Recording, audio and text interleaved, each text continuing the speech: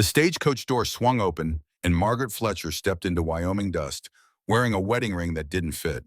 Behind her, two small boys clutched flour sacks stuffed with everything they owned. Across the platform stood Nathan Garrett, the groom she'd married by proxy 3 weeks ago, the man the whole territory whispered about. They said he was broken, dangerous, that he'd lost something out in the mountains that couldn't be found again. She'd married him anyway, because a silent cowboy was better than the streets of St. Louis, because her boys needed walls and food, because sometimes survival doesn't wait for love. The wind carried sage and leather and the particular emptiness of a town that had given up trying. Margaret stood on that platform with her hands pressed to her sides, aware that every eye in Sweetwater Station had turned toward her. Not curious eyes, judging ones. She'd expected Nathan to be older. The letter his sister had written, careful measured words that revealed nothing, had made him sound like a man past his prime looking for help more than companionship. But the figure standing 20 feet away couldn't have been more than 35. Tall, broad across the shoulders, with sun-darkened skin and dark hair that needed cutting. He held his hat in both hands, turning the brim in slow rotations like he was counting seconds. Mrs. Garrett, his voice was low, quiet enough that she had to step closer to hear him properly. I'm Nathan. Margaret. She tried to smile, failed. These are my sons. William is 8. Samuel just turned 5. Nathan's gaze shifted to the boys, and something flickered in his expression too quick to name. He nodded once. The wagon's ready. That was all. No welcome, no pleasantries, no attempt to ease the strangeness of the moment. He simply turned and walked toward a weathered buckboard hitched to 2 sturdy horses. Margaret followed, one hand on each boy's shoulder, feeling the weight of every stare tracking her movement. A woman in faded calico stood outside the mercantile, arms crossed. That's her then, the one who answered the advertisement. Wonder how long before she figures out what she's gotten herself into. Margaret kept walking. She'd learned in St. Louis that responding only fed the gossip, made it grow teeth.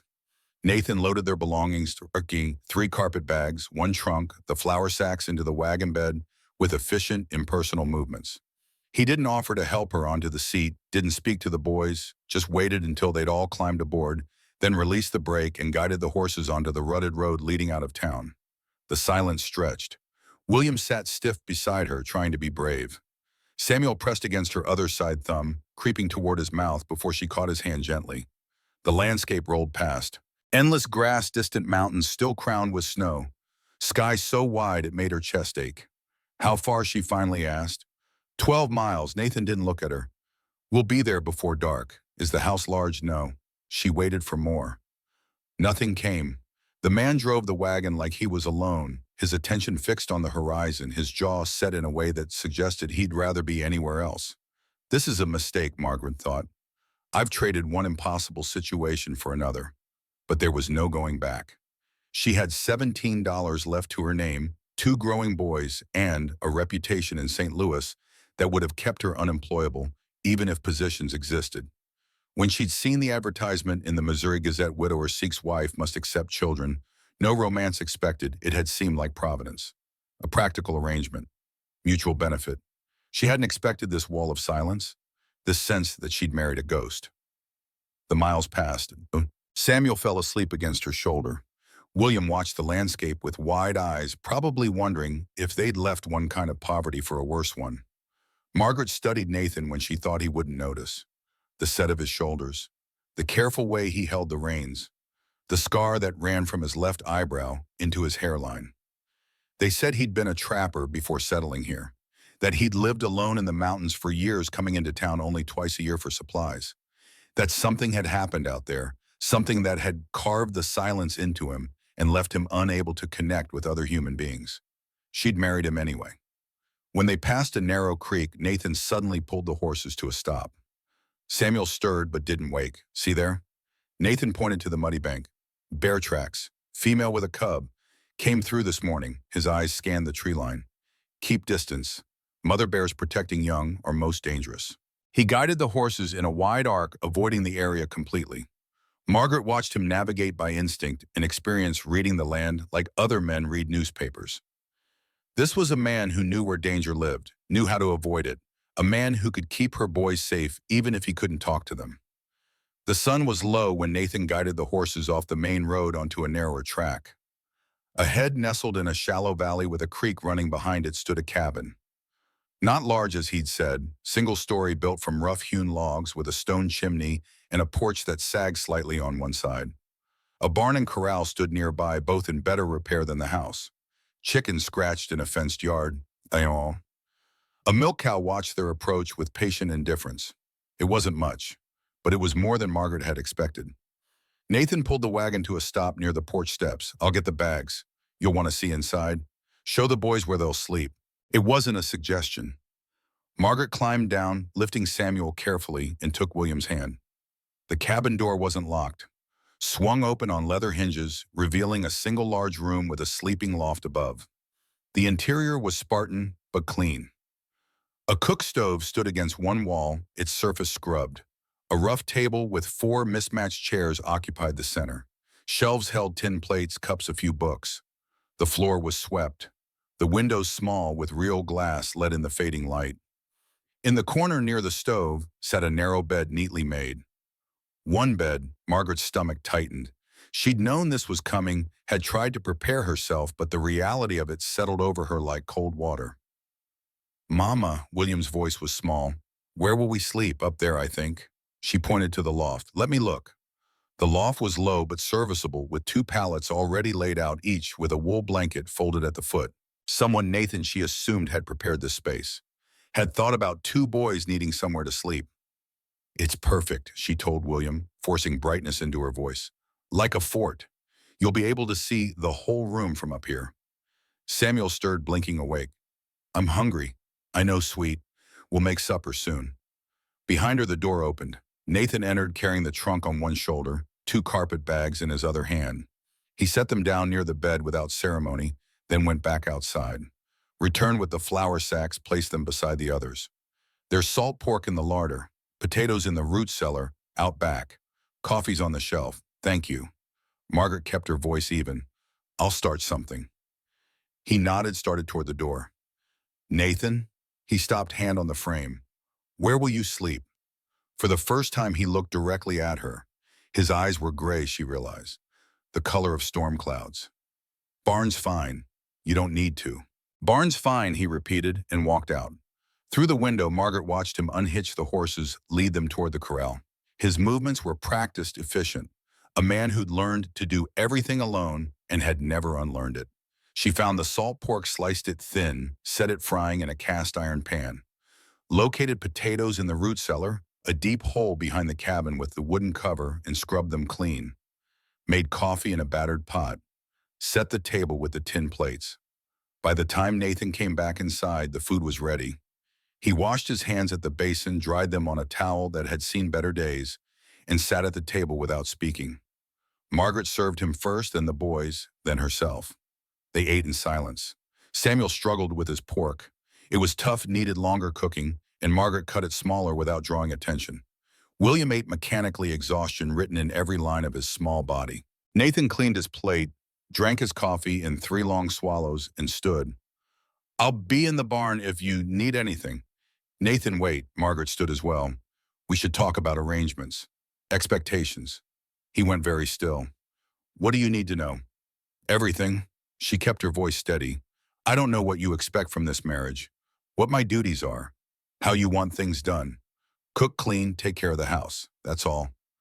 "That's all, that's all. And the boys, they can help with chores when they're ready. No need to rush it." He moved toward the door again. "You take the bed. I'll stay in the barn." "For how long?" "As long as it takes." "For what?" But he was already gone, the door closing behind him with a soft click that felt louder than a slam. Margaret stood in the silent cabin, surrounded by someone else's things, married to a stranger who couldn't bear to sleep under the same roof. Outside, the wind picked up, carrying the smell of rain. She looked at her sons, William watching her carefully, Samuel already drooping with sleep, and made herself smile. "Let's get you both cleaned up and into bed. Tomorrow will be better." She didn't know if that was true, but she said it anyway, because that's what mothers did. The days fell into a pattern. Margaret woke before dawn to start the fire, make coffee, prepare breakfast. Nathan came in from the barn at first light, ate without speaking, and went out to work. She spent the mornings cleaning, organizing, learning where everything was kept. The afternoons she devoted to washing, mending, cooking. The boys explored cautiously at first, then with growing confidence, as they realized the land around the cabin was safe. Nathan kept his distance. He worked alone, repairing fences, tending the animals, clearing brush. When he came in for meals, he was polite, silent, quick. He never sat longer than necessary, never asked questions about her day, never offered information about his own. But Margaret noticed things. She noticed that the firewood was always stacked exactly high enough for her to reach without straining. That when William's boots split loose, a new pair appeared on the porch the next morning. Not new exactly, but well made and the right size. That Nathan positioned himself between the boys and the horses whenever they came near the corral, casual about it, but unmistakably protective. She noticed the book on his shelf. Paradise lost its pages soft with reading. The careful way he cleaned his rifle every night. The garden plot behind the cabin, already turned and ready for planting. She noticed he never complained, never raised his voice, never showed impatience.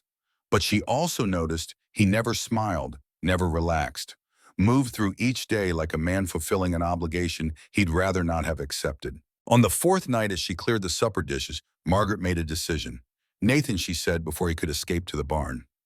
"Sit down, please." He hesitated, then lowered himself back into the chair. His hands rested flat on the table, fingers spread, waiting. "This isn't working," Margaret said quietly. William and Samuel were in the loft playing with wooden horses Nathan had carved and left on the porch without explanation. "We can't live like strangers forever." "What do you want from me?" Conversation. Acknowledgement that we're sharing a life, even if it's not the life either of us would have chosen. She sat across from him. "I know this isn't what you wanted, but it's what we both agreed to. I'm keeping my end of the bargain. I'm not talking about duties, Nathan. I'm talking about being human beings in the same house." His jaw tightened. "I'm not good at this." At what people? The admission cost him. She could see it in the tension that ran through his shoulders, the way his fingers curled slightly against the table. Margaret softened her voice. "Neither am I anymore. But we have to try." She paused. "The boys are afraid of you. Not because you are cruel. You've been nothing but kind in your way. But because you're a wall. They don't know how to reach you. Maybe that's better." "It's not. You don't know." He stopped, shook his head. "You don't know what you're asking." "Then tell me." For a long moment she thought he wouldn't. Thought he'd stand and walk away like he always did. But something in his expression shifted. Resignation, maybe, or exhaustion. "I had a family," he said finally, "a long time ago, out in the mountains. A wife, a daughter." Margaret's breath caught. "What happened? Winter came early. Sickness with it. I couldn't." His voice went rough. "I couldn't save them. Nathan, I buried them under the snow because the ground was too frozen for anything else. Walked away and didn't come back." He met her eyes, and what she saw there was bottomless. "I'm not good at this because I already failed at it once. And I won't do that again." The words hung in the air between them. Margaret understood suddenly why he slept in the barn, why he kept his distance, why every kindness came without attachment. He was protecting himself, protecting them. "Nathan," she said gently, "we're not asking you to replace them. No one could. But Samuel and William need a father. And I need a partner, not a ghost who lives in the barn and feels nothing. It's safer this way." "For who?" She reached across the table slowly and placed her hand over his. He went rigid. "Safe isn't the same as alive." For a heartbeat he didn't move. Then carefully he withdrew his hand and stood. "I'll think about it," he said, and walked out into the night. The change was small at first. Nathan began eating breakfast with them instead of taking his plate outside. He didn't talk much, but he listened when William chattered about finding a bird's nest, or Samuel announced he'd counted 23 chickens. He answered when spoken to. Short answers, but answers.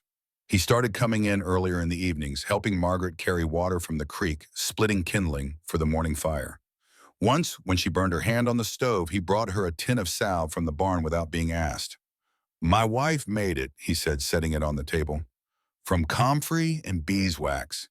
It's old, but it still works." Margaret stared at the tin, at the careful way he avoided looking at it. "Thank you." He nodded and left.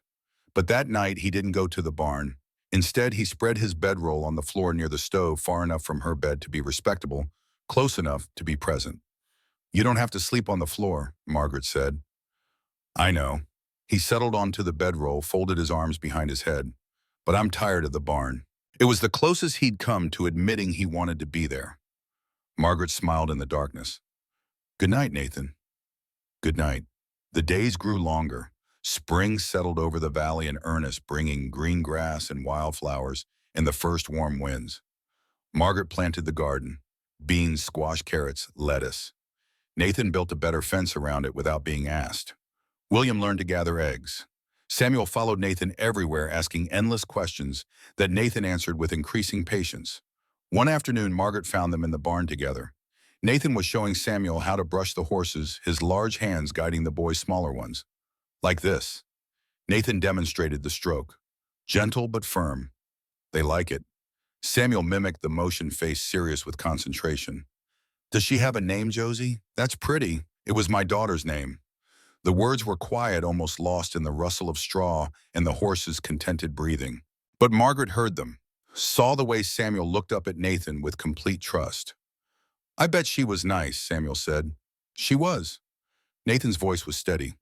Very nice. Margaret backed away before either of them noticed her, went to the cabin and sat at the table, pressing her hands over her mouth. Something was shifting. Something fragile and essential was beginning to build in the spaces between them. That night, after the boys were asleep, Nathan sat on the porch steps watching the stars. Margaret brought him coffee and sat beside him. You're good with them, she said. They're good boys. William asked me today if we were going to stay here forever. What did you tell him? I said yes. That this is home now. She sipped her coffee. Was I wrong? Nathan was quiet for a long time. Then no, you weren't wrong. Something in her chest loosened. I saw you with Samuel today. In the barn, he asked a lot of questions. He likes you. He's 5. He doesn't know better. Nathan. She waited until he looked at her. You're allowed to care about them. About us. It's not a betrayal. His throat worked. It feels like one. I know. And she did. She knew about guilt, about the weight of loss, about the fear that anything good would be taken away. But we're still here, and we're not going anywhere. He looked away, jaw tight. But he didn't argue, didn't retreat. They sat together in the darkness, drinking coffee, listening to the night sounds. And for the first time since she'd arrived, Margaret felt like maybe, just maybe, they were building something that might last. The trouble started on a Wednesday. Margaret had taken the wagon into Sweetwater to buy supplies, flour, salt, fabric for shirts the boys were growing out of. Nathan had offered to go instead, but she'd insisted. She needed to establish herself, needed people to see she wasn't hiding. The mercantile was busy, women clustered near the fabric counter, voices low but carrying. Margaret ignored them, gathering what she needed, counting her money carefully. Margaret Garrett. The voice belonged to Martha Hastings, wife of the bank manager. Margaret turned. Mrs. Hastings, we were just discussing the church social next month. You'll attend, of course, with your husband. Martha's eyes glittered. People are curious about the two of you. We keep to ourselves. Yes, you do. Very wise given the circumstances. Martha leaned closer, though one wonders how long that can last. A woman alone with a man like Nathan Garrett. People talk. Let them. Oh, they will. They already are. She smiled. Everyone knows why you're really here. A desperate woman with 2 hungry children and a past she couldn't outrun. Nathan needed a housekeeper, and you needed walls. It's practical, not proper. Heat flooded Margaret's face. My marriage is legal and none of your concern. Of course it is. We just find it interesting that a man who couldn't stand human company for 10 years suddenly marries a woman he'd never met. Martha's smile sharpened. What changed, I wonder? And how long before one of you realizes you've made a terrible mistake? Then she added, her voice dropping to a stage whisper. Tell him we hope he's not making the same mistake twice. The words landed like a slap. Margaret set the flour on the counter with controlled force. I need to finish my shopping. She paid for her supplies, loaded the wagon, and drove home with her hands shaking. Nathan was in the corral when she arrived, working with a young horse. He looked up, started toward her, then stopped. Something in her expression must have warned him. What happened? Nothing. She climbed down, began unloading. Just small-town gossip. Margaret, she turned on him. They say we're not a real marriage, that I'm using you, that you're making the same mistake you made before, that we're fooling ourselves if we think this can work. The words tumbled out sharp with anger and hurt. Nathan's face went hard. You think I don't know what they say? That they didn't try to warn me before you came? That I'm making a mistake opening myself up to loss again? Trusting someone I don't know? His voice was rough but steady. I married you anyway. Margaret stared at him. Why not because I needed a housekeeper? Nathan took the flour sack from her hands, set it in the wagon bed. Because I needed. He stopped, looked away. What Margaret's anger drained away. What did you need? A reason, he said quietly. To stop living like I was already dead. The admission hung between them. Margaret felt tears prick her eyes. They can say whatever they want, Nathan continued. But this us the boys, this life, it's real. It matters. And I'm not giving it up because some people can't understand why. He picked up the rest of the supplies and carried them inside, leaving Margaret standing beside the wagon, her heart beating too fast. That night, he didn't sleep on the floor. He asked first, stood beside the bed with his bedroll in hand, and said, if you're comfortable with it, I'd like to sleep here. Just sleep, nothing more. Margaret pulled back the quilt. Yes. He lay down on the far edge, careful to leave space between them. But he was there, present, real. Margaret stared at the ceiling, acutely aware of his breathing, the warmth radiating from his body, the scent of leather and wood smoke that clung to him. This man who'd lost everything, who'd buried his family in the snow and walked away from the mountains because staying would have killed him, who'd built walls so high nothing could get through, and who was slowly, carefully letting those walls crack. Thank you, she whispered. For what? For choosing us. In the darkness, his hand found hers, their fingers interlaced. Every day, he said, I'm choosing you every day. Outside, the wind sang through the valley. Inside, something fragile became something stronger. And in the loft above, two boys slept soundly wrapped in wool blankets and the beginning of safety. The morning came soft and golden light filtering through the cabin windows in dusty streams.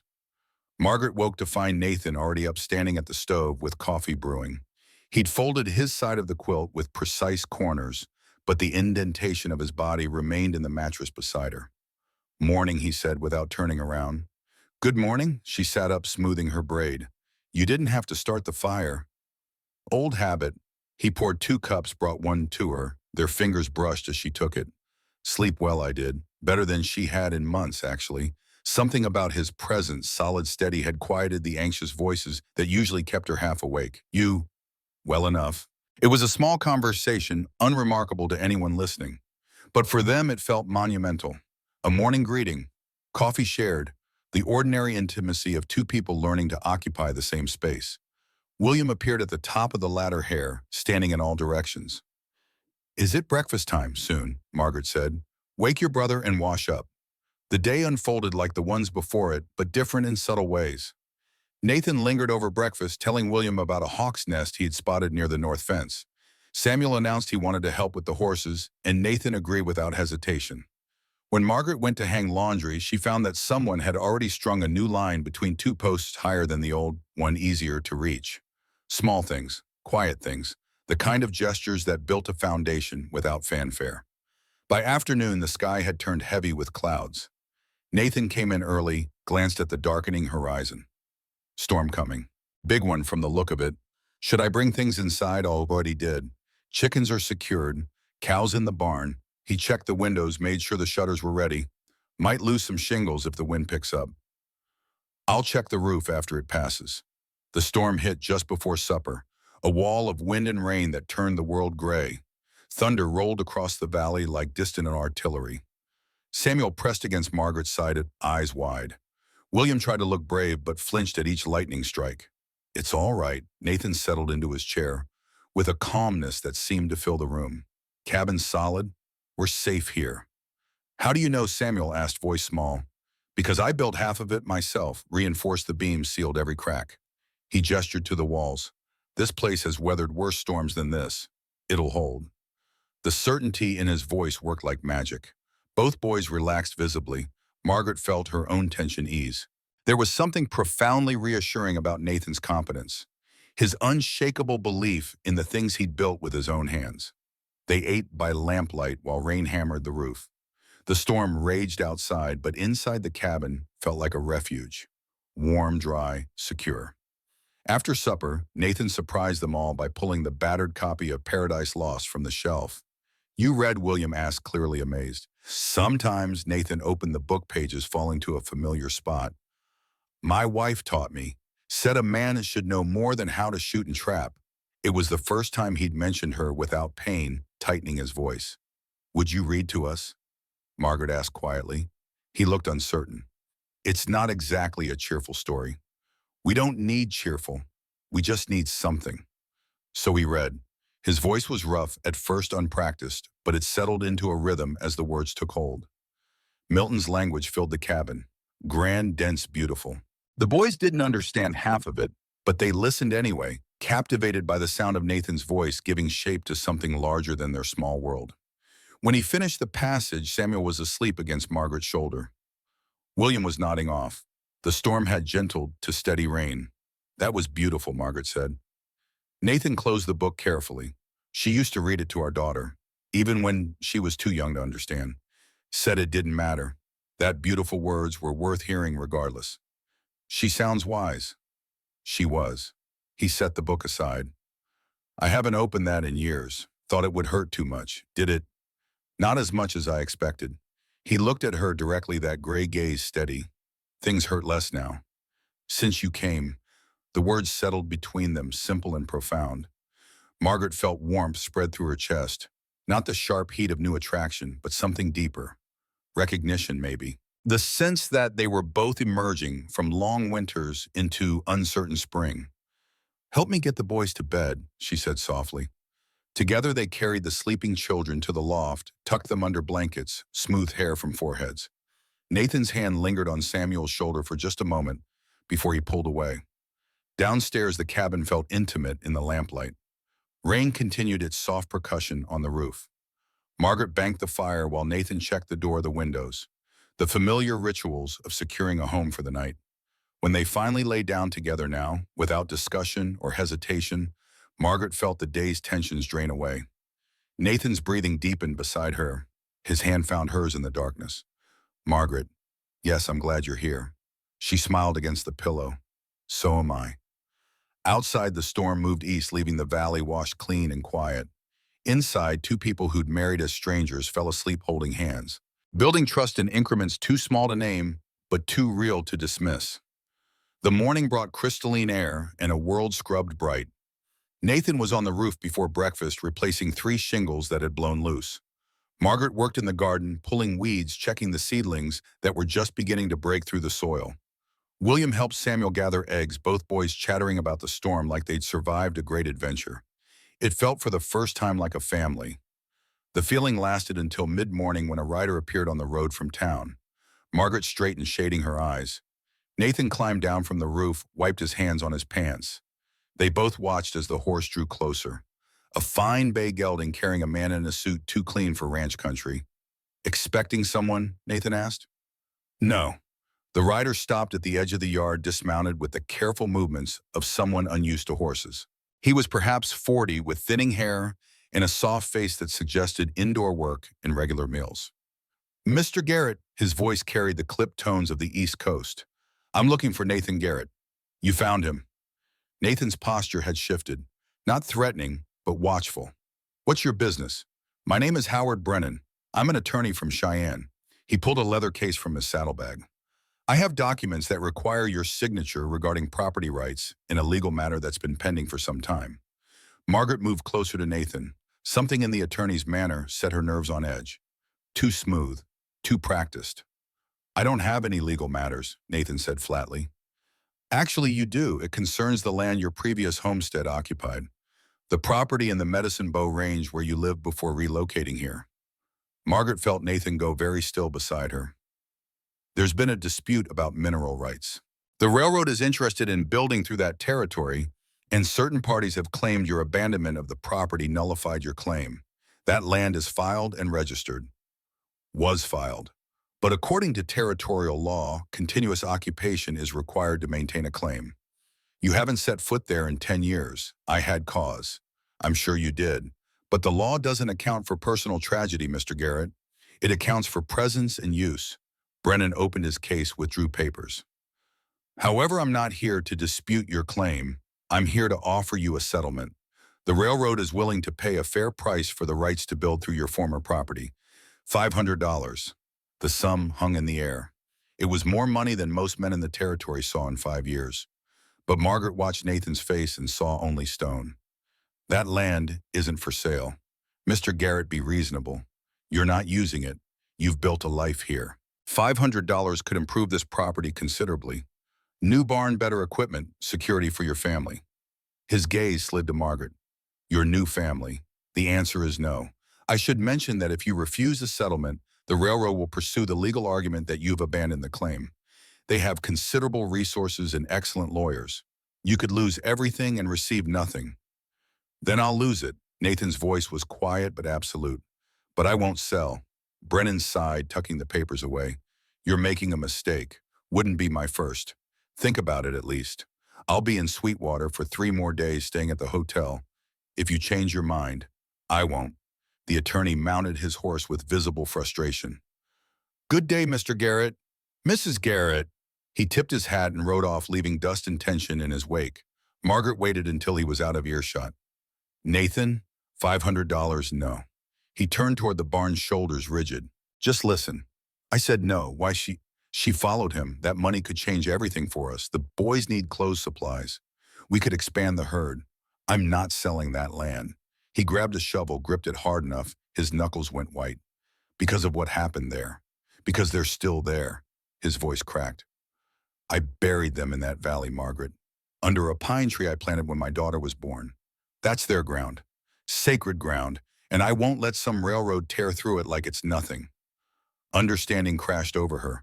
Oh, Nathan, I know it's not rational. I know they're gone and it's just dirt and stone. But it's all I have left of them. The only place they still exist. He set the shovel down, pressed both hands against the barn wall. I can't sell that. I can't. Margaret stepped closer, placed her hand on his back, felt the tremor running through him. Then we won't, she said firmly. We'll find another way.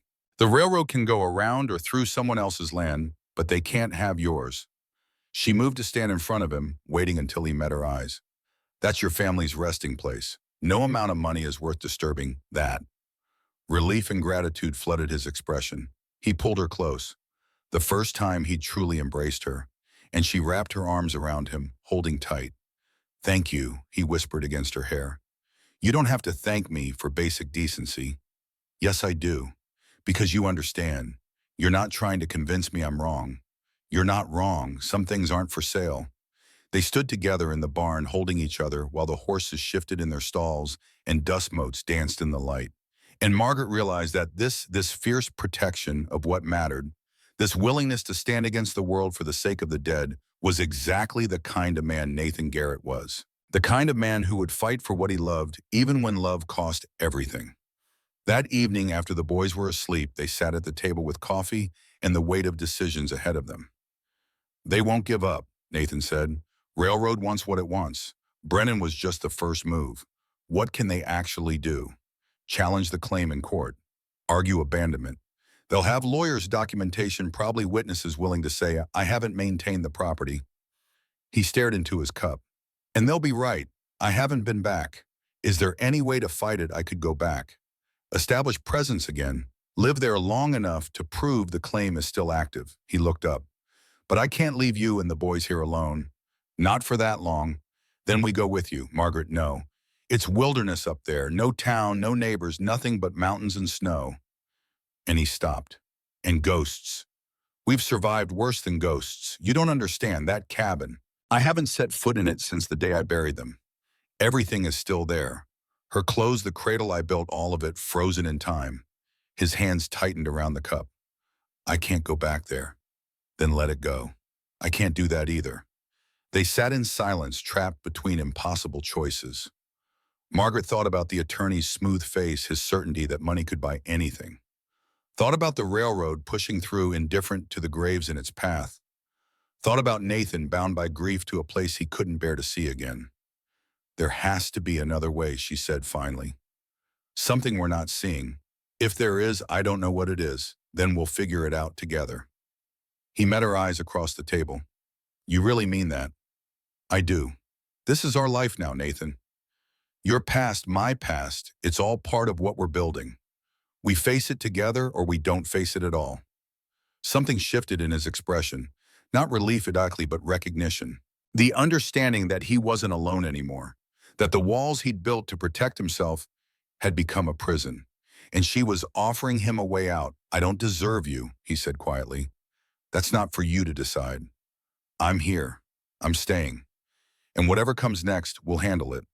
She reached across the table, took his hand. But Nathan, you need to tell me everything about that place, about what happened, about what we're really fighting for. He was quiet for a long time. Then slowly he began to talk. He told her about the cabin in the Medicine Bow Range, tucked into a valley so remote it felt like the edge of the world. About the woman he'd met at a trading post, a Shoshone woman named Ayana, who taught him her language and he taught her English.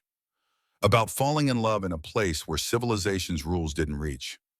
Building a life that was simple and hard and entirely theirs. He told her about their daughter born during a spring snowstorm, strong and beautiful and perfect. About 3 years of happiness so complete, it felt like a gift he didn't deserve. And then he told her about the winter that took it all away, the fever that came with the first snow burning through both of them while he stayed helpless and healthy, the desperate ride to the nearest settlement only to be turned away because no white doctor would treat an Indian woman, the long, cold ride back to find his daughter already and his wife slipping away. I held her while she died, he said, voice raw, told her I'd take care of our girl, that I'd bury them together, that I'd never leave them alone. And then I broke every one of those promises.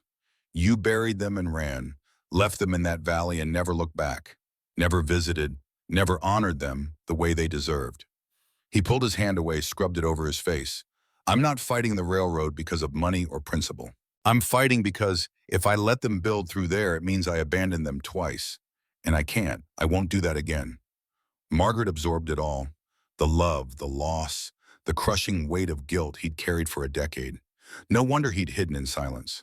No wonder he'd built walls so high nothing could penetrate them. You didn't abandon them, she said firmly. You survived. There's a difference, is there? Yes, because you're still here, still breathing, still living, still trying to build something good out of the ashes. She stood, moved around the table, took his face in her hands. They would want that, Nathan, your wife, your daughter.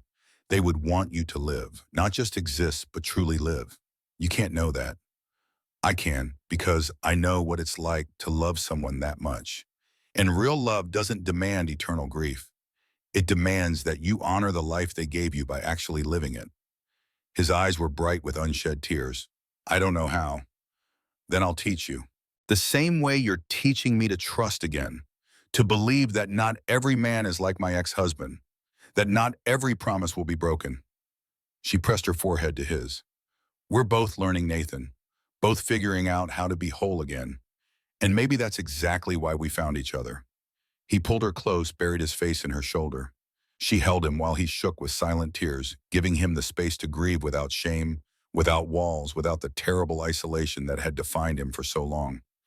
When he finally pulled back, his eyes were red but clear. What do we do, he asked. We go to Sweetwater tomorrow. Talk to a real lawyer, not one hired by the railroad.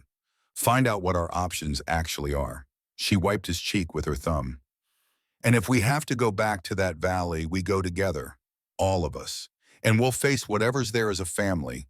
The boys are stronger than you think, and they deserve to know where they come from, who you really are. She smiled gently. Besides, running from the past never works. It just follows you. Better to turn around and face it head on. Nathan let out a long breath.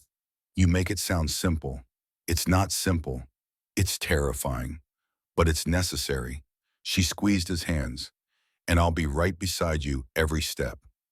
For the first time since the attorney had ridden up that morning, Nathan's expression softened. I believe you. Good, because I mean it. They stayed up late making plans, drinking coffee until it went cold. By the time they finally went to bed, the path forward was still uncertain, but at least they were walking it together. Nathan held her close that night. Not out of passion, but need. The need to feel connected, anchored, real. Margaret wrapped herself around him, offering comfort without demands, presence without pressure. And in the darkness, surrounded by the quiet sounds of the sleeping cabin, they both felt something shift. Something that had been frozen beginning to thaw. Something broken beginning to mend. It wasn't love yet, but it was the foundation love could build on. Trust, honesty, the willingness to stand together when everything else fell apart. Outside, the stars wheeled overhead, indifferent and eternal. Inside, two people who'd lost everything began to believe they might build something worth keeping. The road to Sweetwater the next morning was rutted and rough, but the sky was clear and the air carried the green scent of spring growth. William and Samuel rode in the wagon bed, watching the landscape roll past with the easy adaptability of children. Margaret sat beside Nathan on the driving seat, their shoulders touching with every jostle. Nervous, she asked quietly. Yes, he glanced at her. You, me too. Years of practice. When you're a woman alone with two children, showing fear is dangerous. She adjusted her bonnet. But I am afraid we won't find help. Afraid the railroad will win. Afraid of what it'll mean if we have to go back to that valley. We don't have to, we do. And you know it. She met his gaze steadily. But we'll survive it, Nathan. Whatever happens, we'll survive it together. His hand found hers, squeezed once, together. Sweetwater came into view around mid-morning. The same dusty collection of buildings, the same watchful eyes tracking their arrival. But this time, Margaret didn't flinch from the stairs. She held her head high, one hand on Nathan's arm, claiming her place beside him for anyone who cared to look. They found the lawyer's office on the main street, a narrow building sandwiched between the land office and a boarding house. The sign read, Samuel Porter, Attorney at Law. Nathan tied off the horses, helped the boys down. Stay close, he told them. Don't wander. Inside the office smelled of paper and tobacco. An older man sat behind a cluttered desk, spectacles perched on his nose, reading through a thick document. He looked up as they entered. Help you, I need legal advice, Nathan said. About a land claim and railroad rights. Porter set down the document, studied them both. You're Garrett, the one who married the widow from St. Louis. I am. And this is about your old property up in the Medicine Bow Range. It wasn't a question. Howard Brennan has been talking, making it known he's trying to secure that land for the Union Pacific. Can he legally? Maybe. Depends on how the claim was filed, how long you've been gone, whether you can prove ongoing interest in the property. Porter gestured to the chairs. Sit. This will take a while. They spent the next hour going through details. Dates, documents, the specifics of territorial law. Porter asked hard questions, took notes in cramped handwriting, occasionally shook his head. Finally, he sat back. Here's the truth. Your claim is vulnerable. 10 years of absence, no improvements, no taxes paid. Brennan has grounds to argue abandonment. The railroad has money and influence. If they push this to court, you'll likely lose. Margaret's heart sank. Beside her, Nathan's jaw tightened. However, Porter continued, there's an exception in the law for claims associated with burial grounds. If you can prove the land contains graves of family members and that you've maintained it as sacred ground, the claim becomes harder to contest. I haven't maintained it, Nathan said. I haven't been back. But you could go back, establish presence, document the graves, show ongoing care and intention to preserve the site. Porter tapped his pen against the desk. It's not a guarantee, but it's your best shot. Spend a few months there. Make improvements, pay back taxes. The railroad's case gets a lot weaker. A few months, Margaret repeated. In the middle of nowhere. It's not easy, I know. But if you wanted to protect that land, it's what you'll need to do. They left the office with more questions than answers, but at least they had a path forward. As they walked back to the wagon, Margaret felt the weight of the decision settling over them. We could just let it go, Nathan said quietly. Take the money, build a better life here. Is that what you want? He stopped, looked back toward the mountains barely visible on the horizon. No, but I don't want to ask you to give you everything and for a fight that might not matter to anyone but me. It matters to me. She touched his arm. Because it matters to you. Because those graves deserve protection. And because if we run from this, we'll always wonder if we should have fought. William tugged at Nathan's sleeve. Are we going on an adventure, Nathan? Looked down at the boy, then at Samuel, watching with wide eyes, then at Margaret, standing steady and certain beside him. Yeah, he said finally. I think we are. Will there be bears? Samuel asked, excited. Probably. Can I bring my wooden horses? You can bring whatever you want.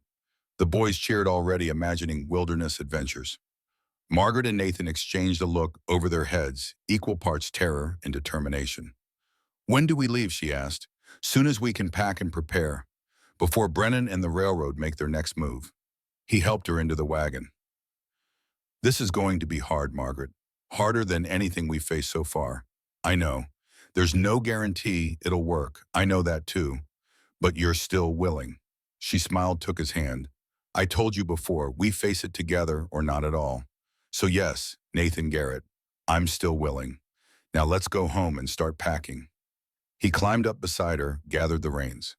As they pulled out of Sweetwater, Margaret looked back once at the town that had judged them, dismissed them, expected them to fail. They were about to prove everyone wrong.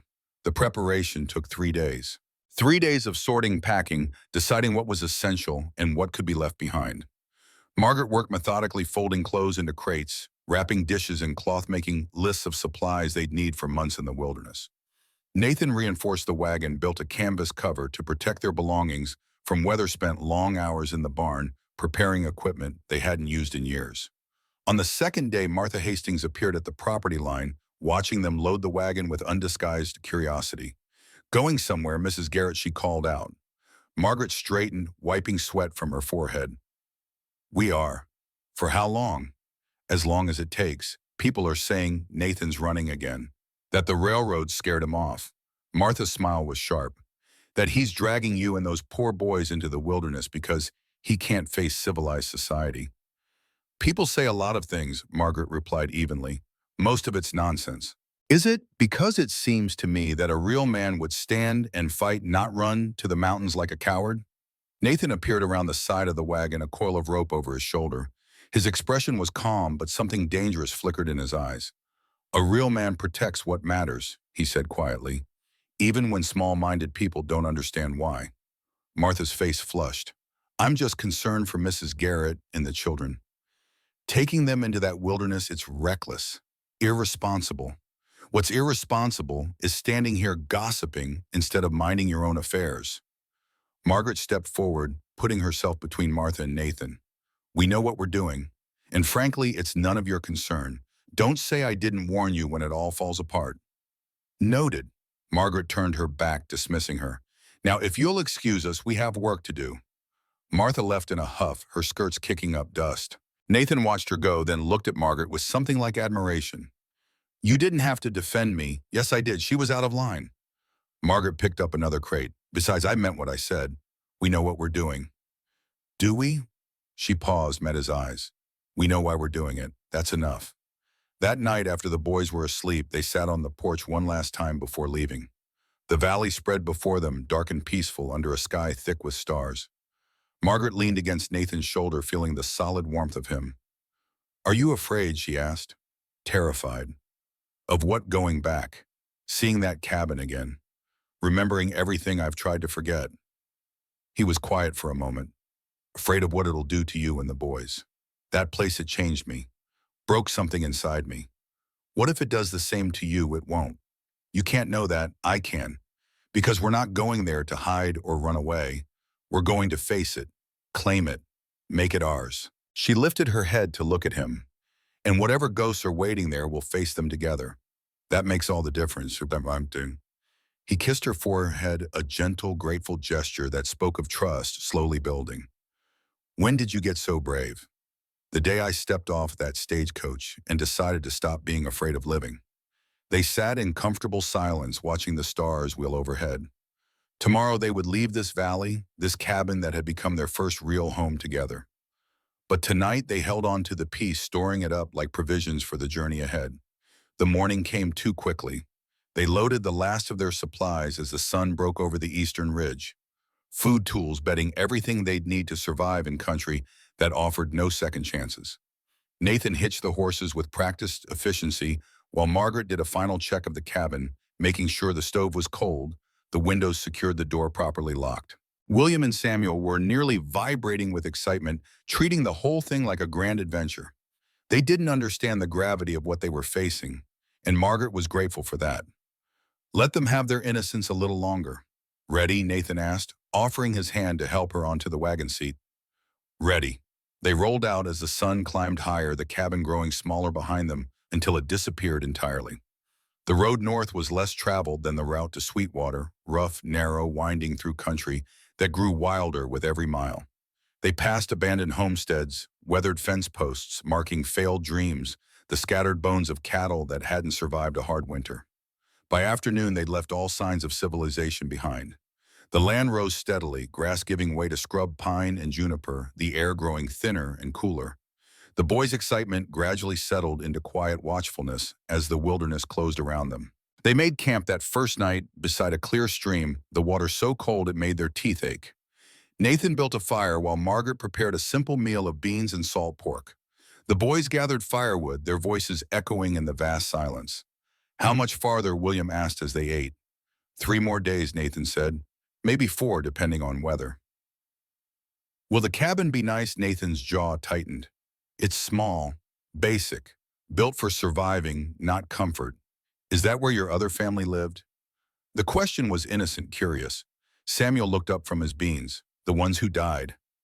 Margaret started to intervene, but Nathan held up a hand. Yes, he said quietly. That's where they lived, where we were happy for a while. Do you miss them every day? But you have us now. Samuel stated it as simple fact. So you're not alone anymore. Something cracked in Nathan's expression, pain and gratitude mixed together. No, I'm not alone anymore. William studied him seriously. We won't die, will we? Like they did? Not if I can help it. Nathan met the boy's eyes. I'll keep you safe, William. All of you, I promise. Okay. William accepted this without question, the complete trust of a child who'd found something stable to hold on to. Then I'm not scared. That night, lying under the stars with the fire crackling nearby, and the boys rolled in blankets close by, Margaret whispered to Nathan in the darkness. You're good with them. I don't know what I'm doing. Neither do any of us, but you show up. You answer their questions honestly. You make them feel safe. She found his hand, laced their fingers together. That's all they need. It doesn't feel like enough. It's more than enough. Trust me. The second day brought them into real mountain country, steep climbs, narrow passes, views that stretched for miles. The wagon groaned over rough terrain, and twice Nathan had to get out and guide the horses through particularly difficult sections. Margaret walked alongside during the worst parts, keeping the boys calm, pointing out hawks circling overhead and deer watching from the tree line. By the third day, the landscape had become almost alien. Towering pines, granite outcroppings, snow still clinging to shadowed slopes despite the spring warmth. The air was sharp and clean, scented with resin and stone. They saw no other people. No signs of human presence except the faint trail Nathan followed with the certainty of deep memory. I came this way once a year, he said, when Margaret asked how he knew where to go. To trade furs, get supplies. Memorized every turn, every landmark. Some things you don't forget. Late on the 4th day, as shadows lengthened, and Margaret was beginning to wonder if they'd have to make another camp, Nathan pulled the horses to a stop. Ahead, the trail opened into a valley, a high mountain meadow surrounded by peaks with a creek running through its center and a stand of pine on the northern edge. And there, barely visible among the trees, stood a cabin. Margaret felt Nathan go rigid beside her. His hands tightened on the reins until his knuckles went white. That's it, he said, voice hollow. That's home. They approached slowly, the wagon wheels creaking in the silence.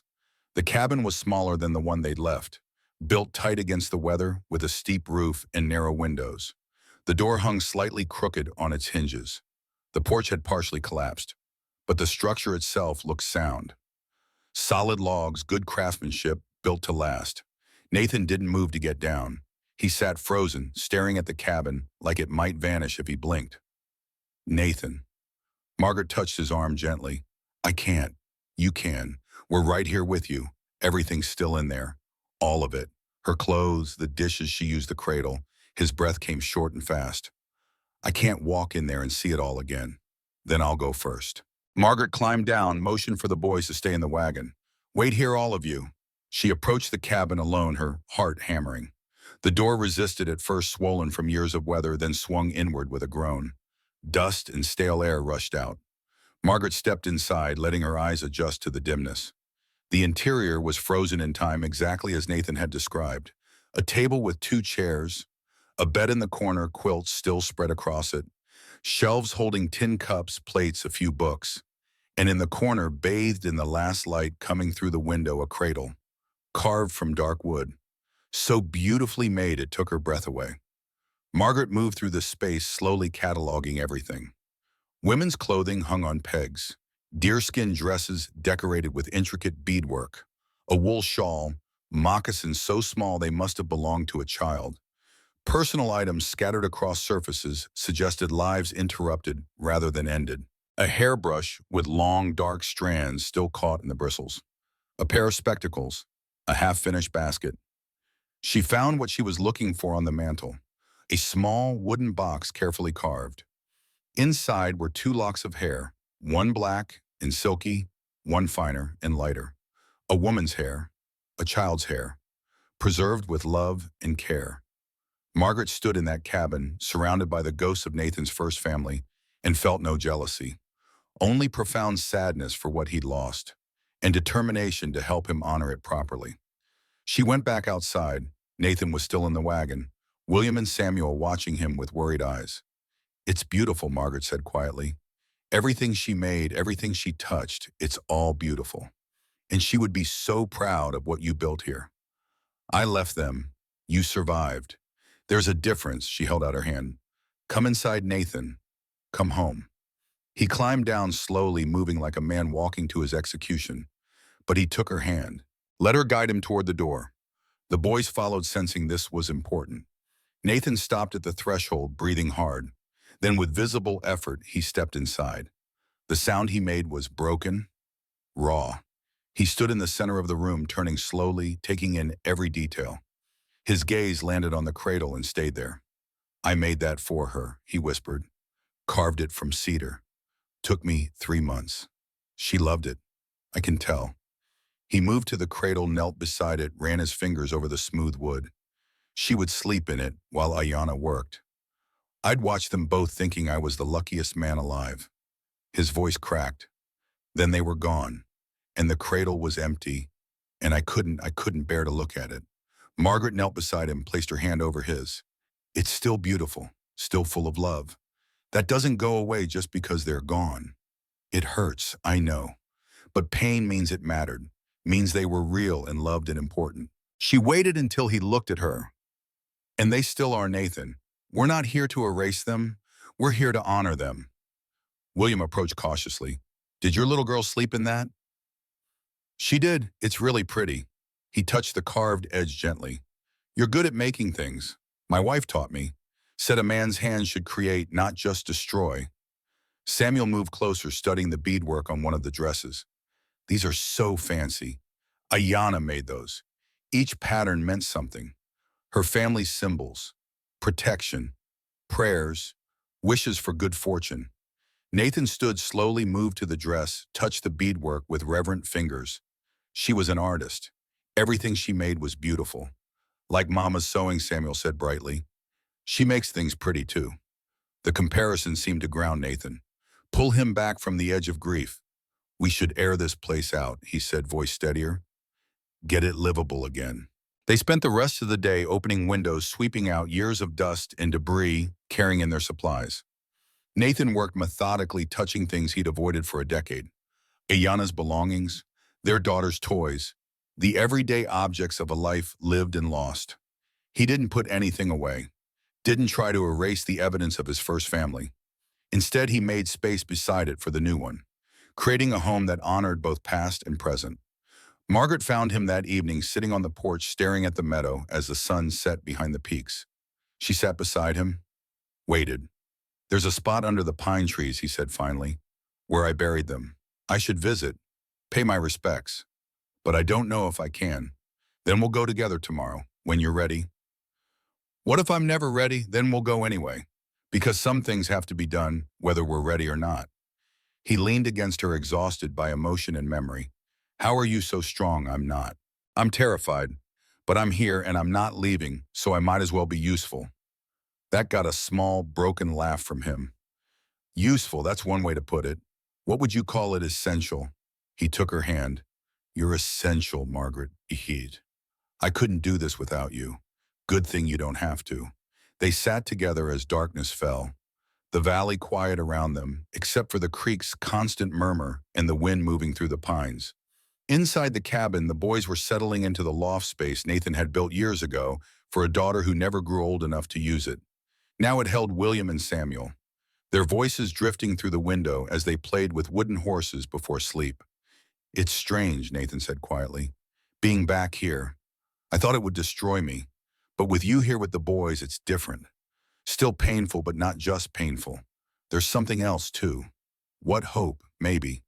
The possibility that this place could mean something besides loss. He looked at her. Does that make sense? Perfect sense. I'm glad you're here, Margaret. Glad we're doing this together. So am I. They stayed on the porch until the stars emerged bright and close in the thin mountain air. Then they went inside to the cabin that held so much history, carrying with them the hope that history didn't have to be an ending. It could be a foundation for something new. The next morning dawned clear and cold. Nathan was up before the sun building a fire making coffee in the battered pot he'd used 10 years ago. Margaret found him standing at the window, cup in hand, staring toward the pine grove. Today, she asked quietly. Today. After breakfast, they walked across the meadow together, all four of them, because the boys had asked to come and Nathan hadn't refused. The grass was wet with dew soaking their boots. Birds called from the trees. The morning light turned everything gold. The graves were under the largest pine marked by two simple wooden crosses that had weathered but still stood. The names carved into them were barely legible. Ishana Garrett and Clara Garrett. Wildflowers had grown up around the crosses, white and purple, nodding in the breeze. Nathan stopped several feet away, breathing hard. Margaret took his hand, held tight. I'm sorry, he said, voice breaking. I'm so sorry I stayed away, that I left you here alone, that I was too weak to come back. You came back now, Margaret said softly. That's what matters. It's been 10 years. 10 years of neglect, of forgetting. You never forgot. You carried them with you every day. That's not neglect, Nathan. That's love. He knelt before the graves, placed both hands flat on the ground. I brought someone to meet you. Her name is Margaret.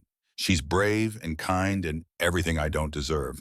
And she's got two boys, William and Samuel, who need a father. His voice roughened. I know I can't replace you, Ayanna. Can't give Clara the life she should have had. But I can try to build something good here. Something that honors what we had by not wasting what's left. William stepped forward, placed a small bundle of wildflowers between the crosses. We'll take care of him, he said solemnly. And this place. We promise. Samuel nodded seriously, adding his own flowers to the pile. Margaret felt tears slip down her cheeks. We'll keep them safe, she told the graves.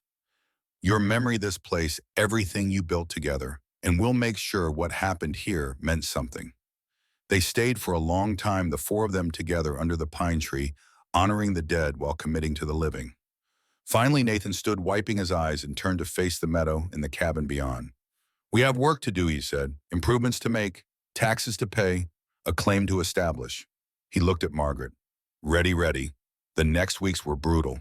Hard physical labor from dawn to dusk. Nathan repaired the cabin's porch, replaced damaged shingles, reinforced the walls.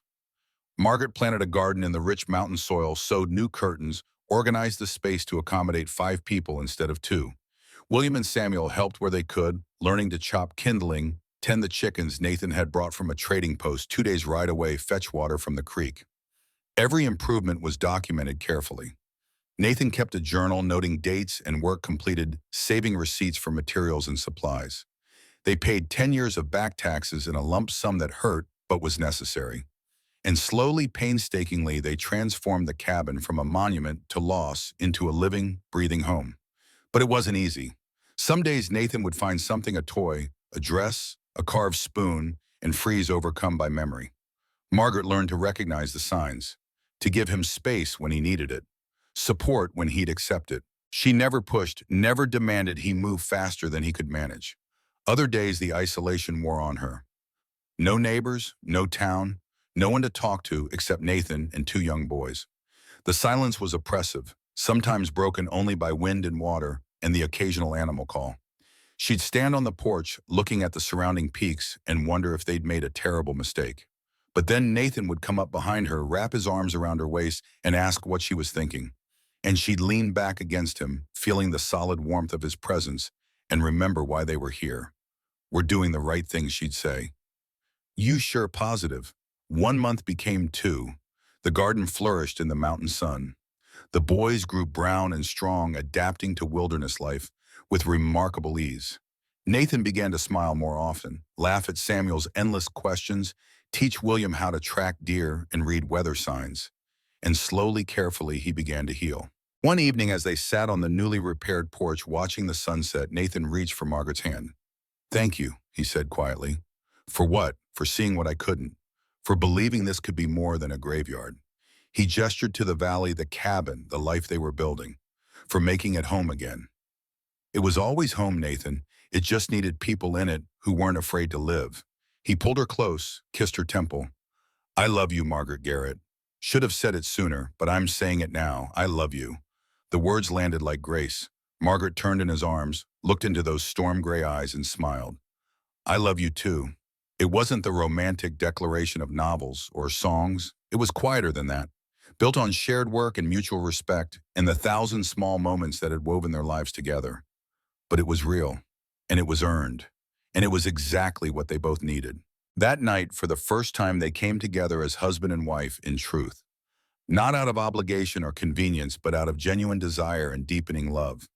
And in the cabin that had once held so much sorrow, they created something new and precious and entirely their own.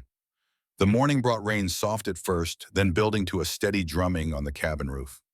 Margaret woke wrapped in Nathan's arms, the warmth of his body a comfort against the mountain chill. She lay still for a moment, listening to his breathing, feeling the rise and fall of his chest against her back. Everything had changed last night, yet nothing had changed. They were still the same people facing the same challenges. But there was a rightness to it now, a sense of being exactly where they were meant to be. Nathan stirred, tightened his hold on her.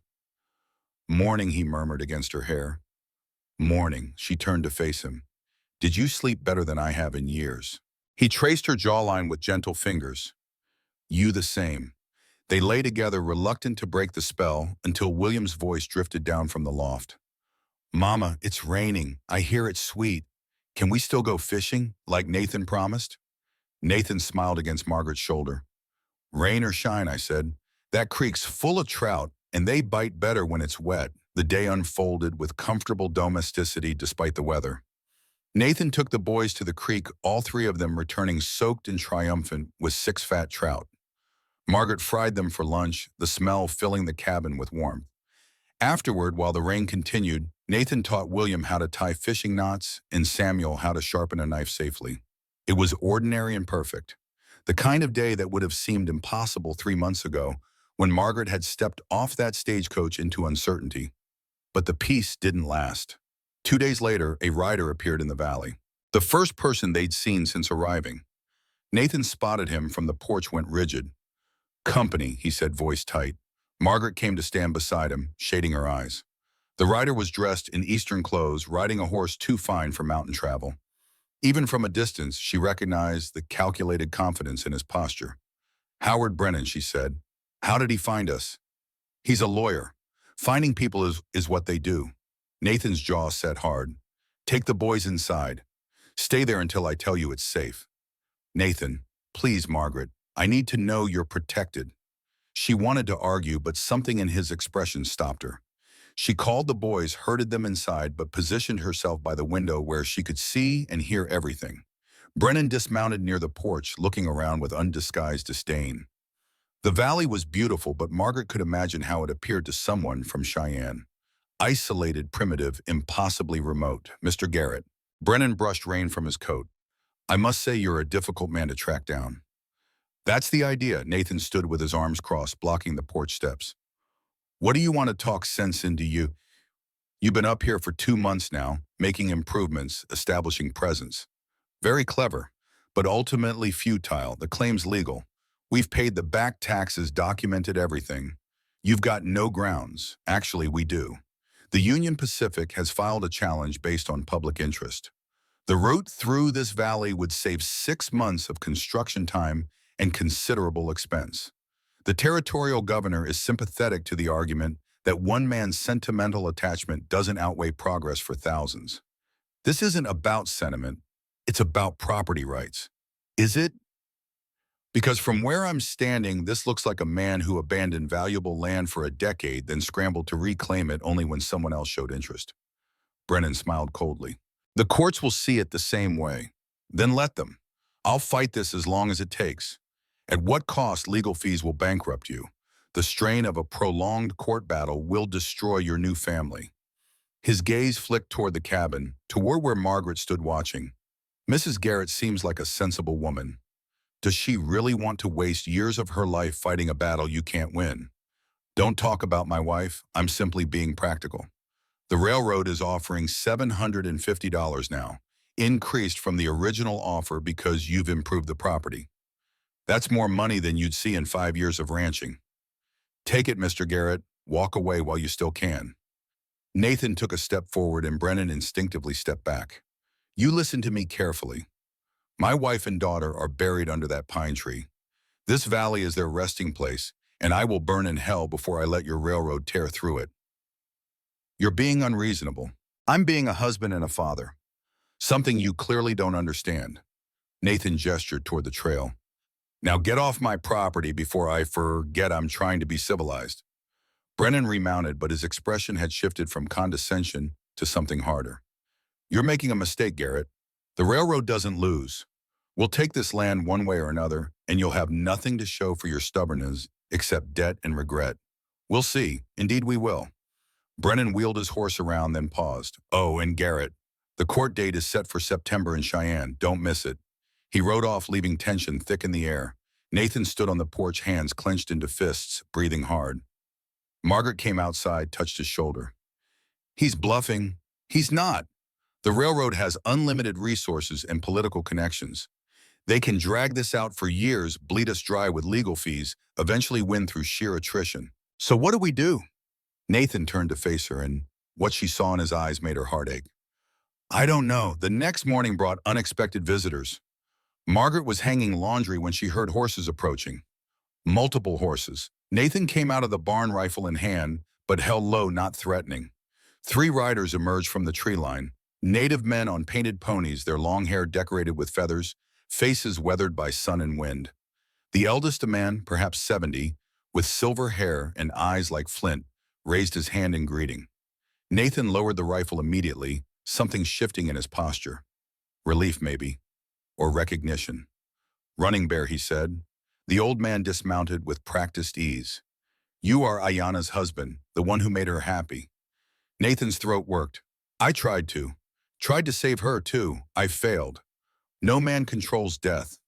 Only how he lives afterward. Running Bear looked around the valley, his gaze settling on the pine grove.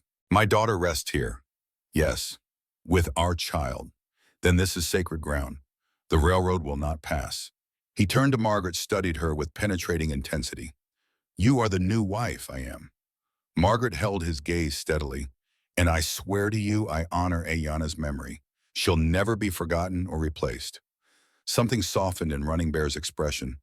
She would approve of you. You have the strength she valued. He gestured to his companions. We will stay 3 days. Document what must be documented. Then we return to our people with word of this desecration the white men plan. Over the next 3 days, the valley became something different. A gathering place where 2 worlds met and found common ground. Running Bear and his men performed ceremonies at Ayana's grave, singing songs Nathan remembered from his marriage, marking the site with traditional symbols. They taught William and Samuel a few words of Shoshone, showed them how to read animal signs, shared stories around the fire at night. Margaret watched Nathan during these days, saw how he moved between worlds. White settler and honorary member of Ayana's people, past and present, somehow reconciled. He translated stories, explained customs, and slowly began to look less haunted when he spoke of his first wife. On the final evening, Running Bear sat with Nathan and Margaret on the porch while the boys played in the meadow. The territorial agent will not like what we do, he said, but the newspapers will care. White people pretend not to value our ways, But they do not like looking cruel in front of their own kind. He smiled grimly. We will make much noise. Bring shame to the railroad's plans. Maybe it will be enough. Thank you, Nathan said, for coming here, for helping. You love my daughter well, protected her in life, honor her in death. This is what family does. Running Bear placed a hand on Nathan's shoulder. She is at peace. Let yourself be also. The words hit Nathan visibly. He nodded, unable to speak. The Shoshone left the next morning, taking with them detailed documentation of the burial site, signed statements from Nathan, and photographs one of Running Bear's sons had learned to make. They promised to contact newspapers in San Francisco and Denver, to make noise in ways that would force the territorial government to pay attention. When they were gone, the valley felt quiet again. But it was a different quiet than before. Purposeful instead of empty. Do you think it'll work? William asked that night at supper. I don't know, Nathan admitted. But we've done everything we can. Now we wait and see what happens. The waiting was harder than the work had been. Weeks passed with no word from the outside world. They continued improving the homestead, preparing for winter, living day to day. Margaret discovered she was pregnant in late July, a realization that filled her with equal parts joy and terror.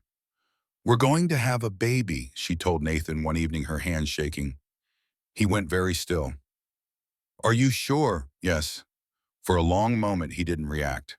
Then he pulled her into his arms, holding her so tight she could barely breathe. I'm scared, he whispered. So am I. What if something happens? What if I lose you like I lost you won't? She pulled back to look at him. I'm strong, Nathan. Healthy.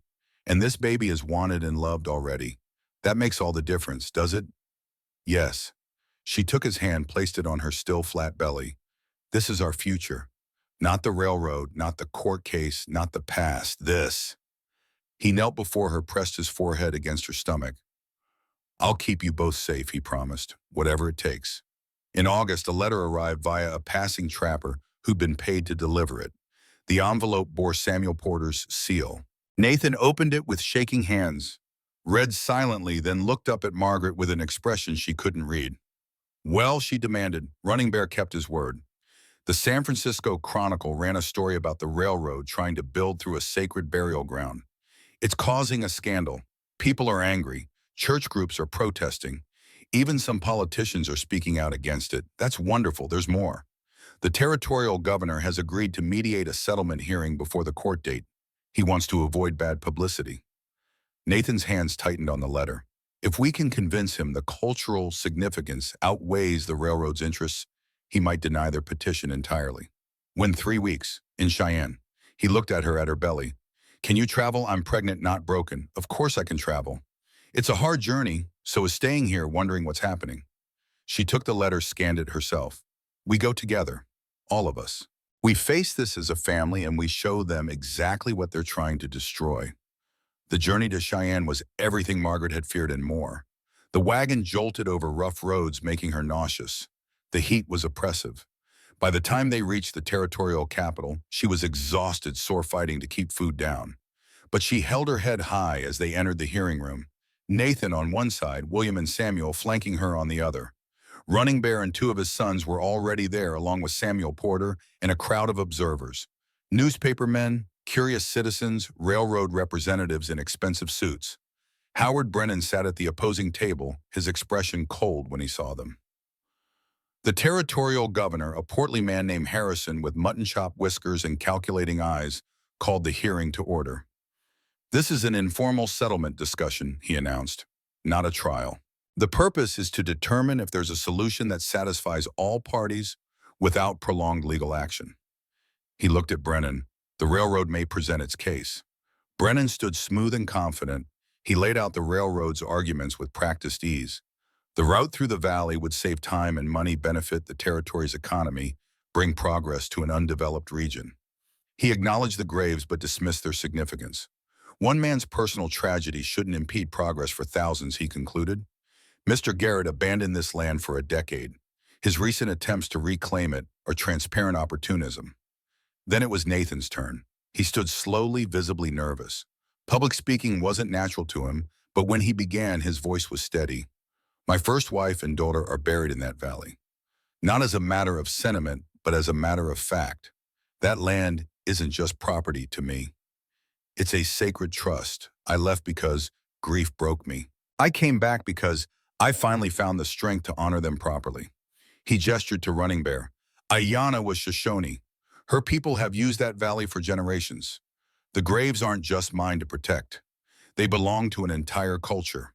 Running Bear spoke Shoshone first, then in halting English. The white men take and take. Our land, our children, our dead. This valley holds my daughter's bones. I will not let machines tear through her resting place so rich men can save time. His voice grew stronger. We are not vanished. We are not forgotten. And we will not be silent. The room erupted in murmurs. Governor Harrison gabbled for silence. This presents a dilemma. The railroad has legitimate economic arguments, but the cultural and moral concerns are significant. He looked at Nathan. Is there any compromise you'd accept, perhaps relocating the graves? No. Nathan's voice was absolute. They rest where they chose to live. Moving them would be desecration. Then what solution do you propose? It was Margaret who stood surprising everyone, including Nathan. She smoothed her dress, one hand protective over her belly, and addressed the governor directly. Reroute the railroad. The valley is narrow, but there are other passes. It might cost more time and money, but some things are worth protecting. She looked at the assembled crowd, at the newspaper men, scribbling notes. We came west seeking opportunity and freedom. But freedom means respecting the people who were here first. It means honoring the dead instead of trampling them. And it means understanding that progress without conscience isn't progress at all. It's just destruction. The silence was profound. My husband lost his first family to circumstances beyond his control, but he loved them fiercely. He honored them by surviving, by building a new life, by protecting their resting place when it mattered most. The railroad says one man's tragedy shouldn't stop thousands from benefiting. But I say a civilization that can't protect a family's graves isn't civilized. It's just powerful. And there's a difference, Governor Harrison studied her for a long moment.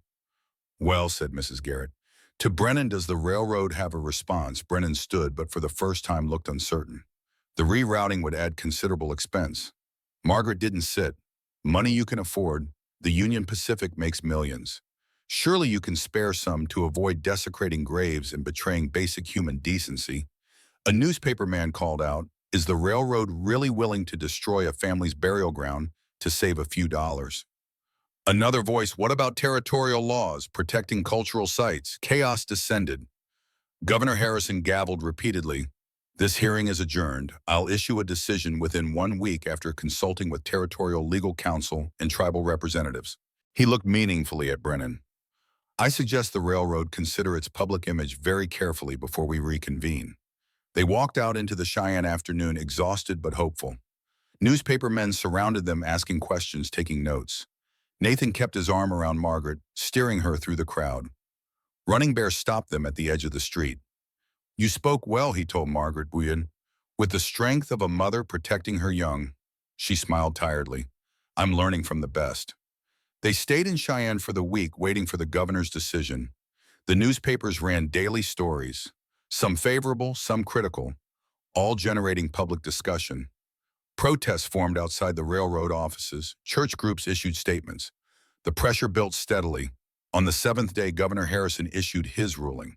The railroad's petition was denied. The cultural and moral significance of the burial ground outweighed economic concerns. The Union Pacific would be required to reroute around the valley, and the Garrett family's claim would be upheld and protected under territorial law as a recognized cultural site. When Samuel Porter read them, the decision, Margaret felt Nathan's knees buckle. She held him up, both of them, shaking with relief and disbelief. We won, she whispered. Nathan, we won. I can't believe it. Believe it. She turned his face to hers. The valley is ours. Your family's resting place is protected, and we can go home. The journey back was lighter despite the physical challenges. They stopped at the valley where Nathan had first buried Ayanna, and Clara spent a day there together paying respects. Running Bear had left traditional markers, and the site felt peaceful, honored. Thank you, Nathan said to the graves, for giving me the strength to fight for this, for sending Margaret when I needed her most, for letting me build something good from the ashes. He paused. I'll never forget you. But I'm going to live now. Really live. I hope that's all right.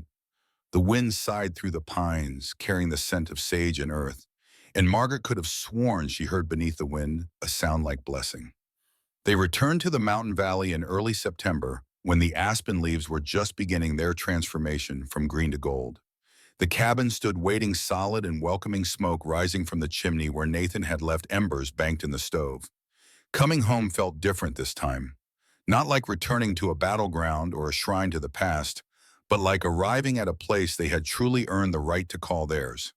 William and Samuel tumbled from the wagon, racing to check on the chickens in the garden. Nathan helped Margaret down carefully, his hand lingering on her waist, where the pregnancy was just beginning to show. "How are you feeling?" he asked. "Tired, sore, happy." She looked around the valley at the peaks rising on all sides, the creek sparkling in the afternoon sun. "We did it, Nathan. We actually did it. You did it. That speech in Cheyenne." He shook his head. "I've never seen anything like it. We did it together." She touched his cheek. "That's how this works. Remember, I remember." The first weeks back settled into a comfortable rhythm. Nathan prepared the cabin for winter cutting and stacking firewood until they had enough to last through the coldest months. Margaret preserved vegetables from the garden, sewed warmer clothes for the boys, began preparing space for the baby. William helped with the heavy work, growing stronger and more confident every day. Samuel shadowed Nathan, constantly absorbing knowledge about the land, the animals, the ways of mountain survival. One morning in late September, Margaret woke to find Nathan already up, standing in the corner of the cabin, staring at something. She rose, wrapped a shawl around her shoulders, and joined him. He was looking at the cradle, the beautiful cedar cradle he'd carved for his daughter Clara more than a decade ago. "I've been thinking," he said quietly, "about this." Margaret waited, letting him find the words. "When Clara died, I couldn't bear to look at it. Seeing it empty felt like the worst kind of punishment." He ran his hand over the smooth wood. "But now with the baby coming, maybe it doesn't have to be empty anymore. Are you sure we could build a new one?" "No," he turned to face her. "This cradle was made with love for a child who deserved better than she got. Using it for our daughter honors Clara's memory instead of erasing it. Shows that love doesn't end just because life does." Our daughter Margaret smiled. "You think it's a girl, I know it is. I can feel it." He placed his hand on her belly. "And I want her to sleep in the cradle her sister never got to use. Want both of them connected somehow." Tears stung Margaret's eyes. "That's beautiful, Nathan. Is it strange? Wanting to use something from before? No. It's perfect." She covered his hand with hers. "Clara would want her cradle to hold a baby, to fulfill the purpose it was made for. And our daughter will grow up knowing she had a sister who came before her, who's part of this family even though she's gone." He pulled her close and they stood together beside the cradle, building bridges between past and present, loss and hope, grief and joy. October brought the first real cold frost, painting the meadow white in the mornings. Nathan took William hunting, teaching him to track elk and read the signs of approaching weather. They returned with meat that Margaret smoked and preserved, stocking the larder for winter. Samuel learned to card wool from the sheep Nathan had traded for his small hands, surprisingly deft at the repetitive work. The pregnancy progressed normally, though. Margaret tired more easily at the high altitude. Nathan watched her like a hawk, insisting she rest, often refusing to let her lift anything heavy. His protectiveness would have been smothering if it hadn't come from such obvious love and fear. "I'm not made of glass," she told him one afternoon, when he'd practically carried her to a chair after she'd spent an hour kneading bread. "I know, but humor me anyway." He knelt beside her chair. "I can't lose you, Margaret. I won't survive it again." She cupped his face in her hands. "You're not going to lose me. I'm strong. The baby's healthy. And when the time comes, I'll bring our daughter into this world safe and sound. You have to trust that. I'm trying. Try harder." She kissed him softly. "Because I need you present, not paralyzed by fear. Our daughter needs a father who believes in her strength, not one who's already mourning what hasn't happened." The words were gentle but firm, and they seemed to reach him. He took a deep breath, nodded. "You're right. I'm sorry. Don't be sorry. Just be here. Fully here." He rested his forehead against her belly. "I'm here. I promise." In November, the first major snow arrived, 3 feet in one night, transforming the valley into a pristine white wilderness. The boys were ecstatic, building snow forts and having battles while Nathan shoveled paths between the cabin barn and outhouse. The world became smaller, quieter, the family drawn close by necessity and choice. On Thanksgiving, Margaret roasted a wild turkey. Nathan had made bread from their dwindling flour supply, stewed dried apples with cinnamon. They ate at the table, all four of them, plus the ghost of Clara, whose small carved chair Nathan had brought down from the loft and placed at the table's end. "Why is that chair there?" Samuel asked. "For Clara," Nathan said simply. "So she's part of our family meal." William looked at the empty chair thoughtfully. "Do you think she can see us from heaven?" "I think so. And I think she's happy we're here taking care of the place she loved." "I wish I could have met her," Samuel said. "And your first wife, too. They would have liked you both. Ayanna loved children, and Clara would have been thrilled to have brothers." Nathan's voice was steady, the pain of remembering softened by time and healing. "But you're here now, and that's what matters. You and your mama and the baby coming. You are my family, and I'm grateful for every single day we have together."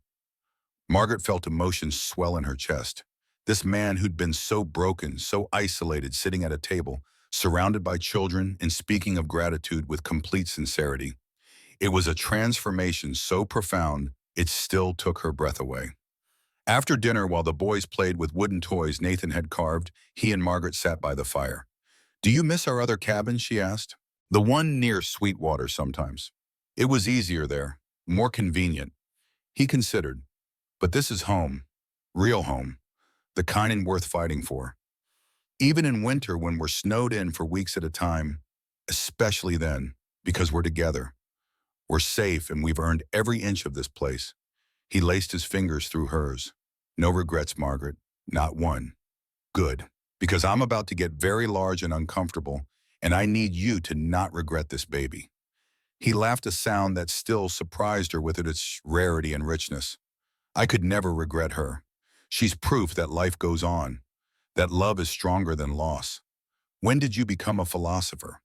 "When I married a woman who wouldn't let me hide from the truth." December arrived with brutal cold and shorter days. Margaret's belly swelled prominently now, the baby active and strong. She felt kicks at odd hours movements that reassured and amazed her. Nathan would place his hand on her stomach, feeling their daughter move, his expression a mixture of wonder and terror. "She's real," he'd whisper. "Actually real. What did you think she was, imaginary?" "I don't know. Part of me keeps expecting to wake up and find this was all a dream, that I'm still alone in the mountains, frozen and hollow." "Well, you're not. This is real, Nathan. All of it." Christmas came quietly. They had no decorations except pine boughs Nathan cut and arranged around the cabin, filling the air with their sharp, clean scent. Margaret baked what she could with limited supplies. Nathan surprised the boys with new boots he'd been making in secret, perfectly sized and beautifully crafted. For Margaret, he'd carved a rocking chair, sturdy, comfortable, sized for nursing a baby. "For after she's born," he said, watching anxiously as she tested it. "So you'll have somewhere comfortable to sit with her." Margaret ran her hands over the smooth wood, the careful joinery, the rockers curved just right. "It's perfect, the most thoughtful gift anyone's ever given me. I wanted you to have something that was just yours, something made with love." She pulled him down for a kiss. "You've given me everything, Nathan. A home, a family, safety, purpose. This chair is beautiful, but you're the real gift." For him, she'd sewn a new shirt from fabric she'd carefully hoarded, embroidered at the collar with a pattern she'd copied from one of Ayanna's dresses. A small tribute to the woman who'd come before her, a bridge between past and present. When he saw it, Nathan's eyes filled with tears. "You didn't have to. I wanted to. She's part of our family, too. This way you carry both of us with you." He held the shirt like it was made of light, tracing the embroidery with gentle fingers. "Thank you. For understanding, for honoring her memory instead of resenting it." "How could I resent the woman who taught you how to love, who showed you that happiness was possible?" Margaret took his hand. "She gave me you, Nathan. That makes her a gift, not a threat." January brought the deepest cold temperatures, so low that ice formed on the inside of the windows despite the fire burning constantly. They stayed close to the cabin, venturing out only for essential chores. The boys studied reading and arithmetic at the table, their breath visible in the air, despite the stove's heat. Margaret grew increasingly uncomfortable, her belly enormous, her back aching constantly. How much longer, she asked Nathan one night as he rubbed her feet. 6 weeks, maybe 7. Early March if the timing's right. That feels like forever, I know. But she'll come when she's ready. He looked up at her. Are you scared? Terrified, she admitted. What if something goes wrong? What if I can't do this? You can. Women in your family have been doing this for generations. You're strong, Margaret. Stronger than you know. What if the baby don't? He moved to sit beside her, pulled her close. Don't borrow trouble. We'll face what comes when it comes, but don't torture yourself with what ifs. She leaned against him, drawing strength from his solid presence. Promise me something. Anything. If something happens to me, you'll take care of her. Raise her to know she was wanted and loved.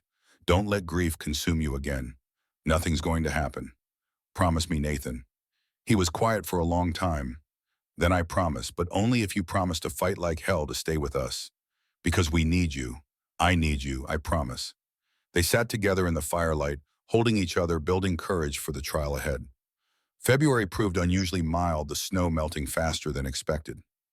Margaret waddled rather than walked, her body preparing for birth in ways both fascinating and uncomfortable. Nathan became hypervigilant, barely letting her out of his sight, jumping at every grimace or complaint. You're going to drive yourself mad, she told him after he'd insisted for the third time that day that she sit down and rest. Better mad than unprepared. I'm not due for weeks yet. Babies come when they want to. Clara came 3 weeks early. The mention of his first daughter was casual, easy, a sign of how far he'd traveled from the locked-down grief of before. Margaret smiled.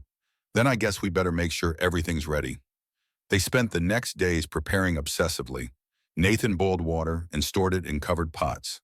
Margaret washed and rewashed linens, prepared the cradle with soft blankets, organized supplies. William and Samuel were given strict instructions about what to do when labor started.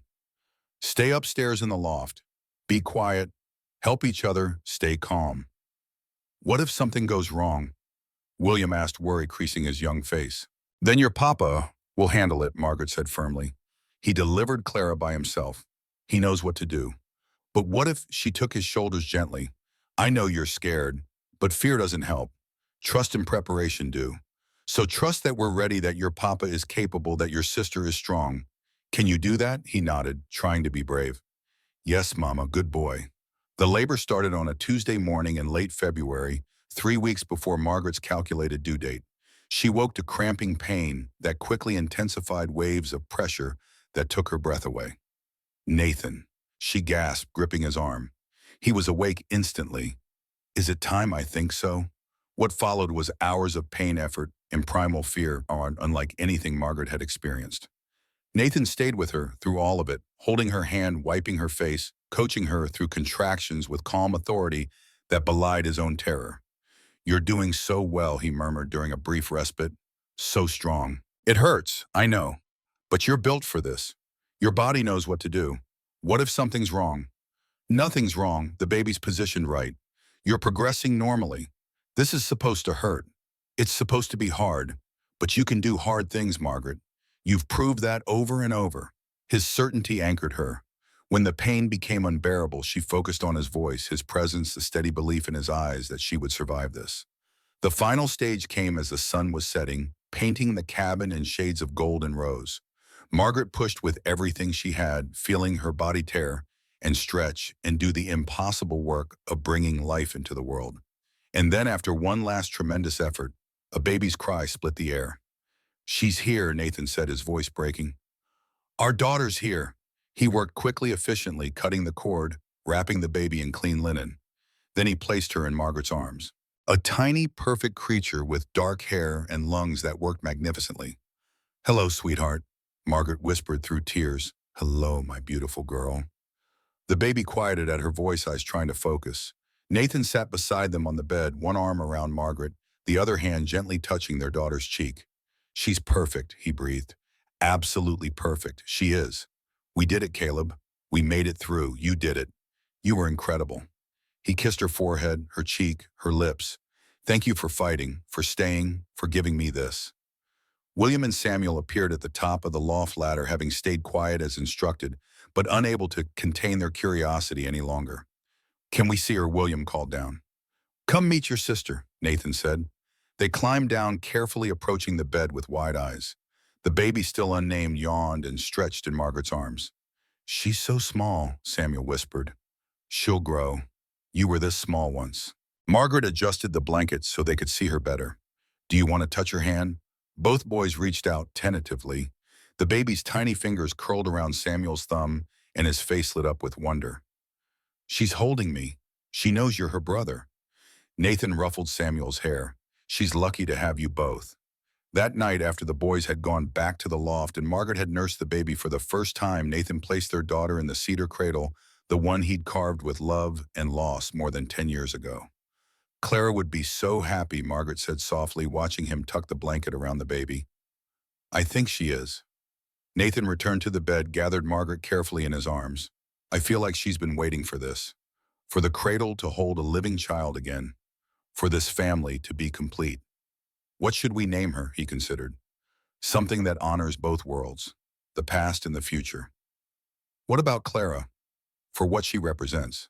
The hope that brought us together. That carried us through everything. Clara, Margaret tested the name, smiled. Clara May Garrett, so she carries her sister with her always. Perfect. They lay together in the firelight, exhausted and happy, listening to Clara's soft breathing from the cradle. Outside, the wind sang through the valley. Inside, a family slept, built from loss and love, grief and courage, past and present, woven together into something whole. The weeks that followed were exhausting and beautiful in equal measure. Margaret recovered slowly, her body healing from birth, while adjusting to the demands of nursing. Clara proved to be a strong baby, eating well, sleeping in reasonable stretches. Nathan was endlessly patient, changing diapers, walking the floor, when Clara was fussy, taking over household duties, so Margaret could rest. William and Samuel adapted to being big brothers with enthusiasm. They'd fetch blankets. When Clara cried, sing to her in off-key voices, compete for the honor of holding her, under careful supervision. The cabin felt full in the best way, crowded with life and love in the beautiful chaos of family. In March, when the snow had mostly melted and the trails became passable again, Running Bear arrived with two of his sons. They came bearing gifts. Beaded moccasins for Clara, smoked meat, a blessing ceremony for the new baby. My granddaughter lives on, Running Bear said, holding Clara with practiced ease. In this child, in this place, in the love that surrounds her. This is good. This is how it should be. He performed traditional rituals, singing songs in Shoshone, marking Clara's forehead with sacred symbols. Nathan translated when he could, his voice thick with emotion. He's welcoming her to both worlds, Nathan explained to Margaret, saying she belongs to the earth and sky, to her white family and her Shoshone heritage, that she's protected by all who came before. When the ceremony ended, Running Bear placed Clara back in Margaret's arms. You have given my son-in-law peace, he told her, shown him that love does not end, only changes. For this you have my gratitude and respect. Thank you for accepting us, for helping us protect this valley. It was always yours to protect. We simply reminded the world of what matters. He looked around the cabin at the evidence of life being lived fully. Ayanna would approve. She believed in second chances, in the power of love to heal. You honor her by living well. They stayed 2 days, filling the cabin with stories and laughter. When they left, they took with them the promise that this family would remain connected to Ayanna's people, that Clara would grow up knowing both sides of her heritage. Spring came in earnest, the meadow erupting with wildflowers. Margaret regained her strength, able to work in the garden again with Clara strapped to her back in a carrier Nathan had made. The boys grew brown and strong, helping with planting, tending the expanding flock of chickens, learning the rhythms of mountain life. One afternoon in late April, Nathan returned from checking the fence line with a letter he'd retrieved from a passing trapper. It's from Samuel Porter, he said, opening it carefully. He read silently, then looked up with a strange expression. What is it? Margaret asked. The railroad settled, officially withdrew their petition, and agreed to the alternate route. Nathan stared at the letter like it might disappear. They're also paying compensation. $2,000 for the trouble and legal fees. Margaret's mind reeled. Nathan, that's more money than most people see in a lifetime. It's blood money, payment for trying to desecrate graves. His jaw tightened. I don't want it, neither do I. But we could use it for something good. something that honors what we fought for. They discussed options over the next days. Finally, they decided to use part of the money to establish a small school in Sweetwater, open to all children, white and native alike. The rest they'd save for Clara's future, for emergencies, for building the life they wanted without constant financial fear. Education, Margaret said firmly. That's how we change things. How we make sure the next generation does better than ours. Ayanna would love that, Nathan agreed. She taught me that knowledge was the greatest gift you could give someone. The years that followed were good ones. Clara grew into a bright, curious toddler, then a spirited child who could climb trees and track animals by the time she was 5. William became Nathan's right hand, learning ranching and woodcraft with natural skill. Samuel showed a gift for reading and numbers, devouring every book they could acquire, teaching himself advanced mathematics from borrowed texts. The school they'd funded in Sweetwater thrived, becoming a model for integrated education in the territory. Other communities began following their example, slowly breaking down barriers between white and native populations. Running Bear visited regularly until his death when Clara was 7, always bringing wisdom and stories, always connecting them to Ayanna's heritage. Clara learned to speak basic Shoshone, to recognize traditional symbols, to understand she belonged to two worlds. The valley remained protected. The railroad's alternate route, a permanent reminder that some things were worth more than convenience or profit. Other families began settling nearby, respecting the Garrett family's claim and the sacred ground it protected. Nathan built a second cradle when Claire was 8 and Margaret was pregnant again. A boy, this time born healthy and loud in the spring of 1884. They named him Samuel Gray Garrett, honoring the lawyer who'd fought for them and the grandfather who'd stood with them. The cabin expanded, rooms added as the family grew. The cedar cradle that had once held Clara, then Clara May, then Samuel, eventually held 3 more children over the years. Each one rocked to sleep in the same lovingly crafted piece of furniture, connecting generations through wood and love. William grew up to be a rancher, eventually taking over most of the property management. Samuel became a teacher, running the school they'd founded and expanding it into a full academy. Clara, strong-willed and brilliant, studied law and became an advocate for indigenous rights, carrying on the work her father and grandfather had started. Nathan and Margaret grew old together in the valley they'd fought so hard to protect. They watched their children grow, their grandchildren arrive, the world change around them while their love remained constant. On a summer evening in 1923, 40 years after Margaret had stepped off that stagecoach in Sweetwater, they sat together on the porch they'd repaired so many times. Both were silver-haired now, their bodies bearing the marks of hard lives well lived. But their hands still found each other naturally, fingers interlacing with the ease of long practice. "Any regrets?" Nathan asked, echoing the question he had asked so many times over the years. "Not a single one," Margaret answered, as she always did. "Only that I wasted 10 years being alone when I could have been looking for you sooner." She laughed, the same bright sound that had first made him believe in happiness again. "We found each other when we were supposed to, not a moment before." "Maybe so." He lifted her hand, kissed her knuckles gently. "Thank you for saying yes. For taking a chance on a broken cowboy nobody wanted. Thank you for being brave enough to ask, for letting me in when every instinct told you to stay closed." She leaned her head on his shoulder. "We built something beautiful, Nathan. Look at it. Our children, our grandchildren, this valley protected for generations to come. This life we chose together. It's more than I ever dreamed possible. More than I deserved. Exactly what you deserved. What we both deserved." She watched the sun set behind the peaks, painting the sky in shades of gold and rose. Love, family, belonging, purpose. Everyone deserves that. In the meadow below, their great-grandchildren played their laughter, carrying on the evening breeze. Inside the cabin, the cedar cradle sat in a place of honor, still beautiful after 40 years, still holding the weight of family history and hope for the future. The cowboy nobody wanted had become the man everyone respected. Not through wealth or power, but through integrity, courage, and the quiet strength of living honorably. And the desperate widow from St. Louis had become the matriarch of a family that spanned cultures and generations, bound together by love that had survived every test. They sat together as darkness fell. Two people who'd found each other in the ruins of their separate losses and built something whole. The valley stretched around them, protected and peaceful.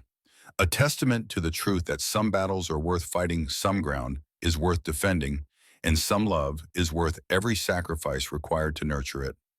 Nathan Garrett had finally come home, not to a place but to a life. And in Margaret's hand warm in his own, he held everything that mattered, everything that had ever mattered, everything that would continue to matter long after they were both gone, buried beside Ayana and Clara under the pine trees, all of them together at last. The stars emerged one by one bright in the mountain darkness, and beneath them the family that had been built from hope, courage, and unyielding love settled in for another night in the valley they'd made their own.